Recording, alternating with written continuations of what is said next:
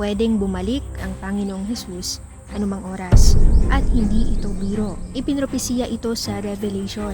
Kaya't kung hindi ka magpupuyat, paririyan akong gaya ng magnanakaw at hindi mo malalaman kung anong oras ako darating sa iyo. Isipin mo to, kung alam mong pwedeng bumalik ang Panginoon ngayong buwan, gaano kaya kaiba ang magiging buhay mo?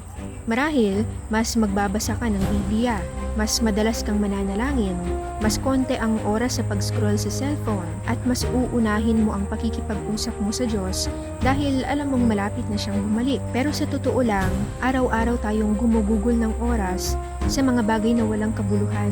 Walang tigil na pag-scroll, chismis, at pagpapakasasa sa kalayawan ng laman.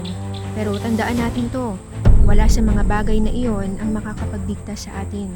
Darating ang araw na tayong lahat ay tatayo sa harap ni Jesus. At ang pinakamahalagang tanong ay hindi kung ano ang naabot mo sa buhay, kundi sinunod mo ba ang kalooban ng Diyos? Kung hindi, pwedeng-pwede na marinig natin ang mabigat na salitang to mula kay Jesus. Kailan may hindi ko kayo nakilala, magsilayo kayo sa akin, kayong mga gumagawa ng kasamaan.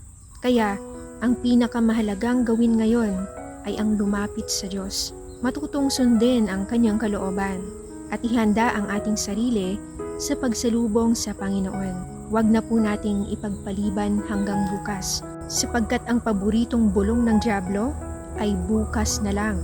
Pero malinaw ang sinabi ng Biblia na ngayon ang araw ng kaligtasan.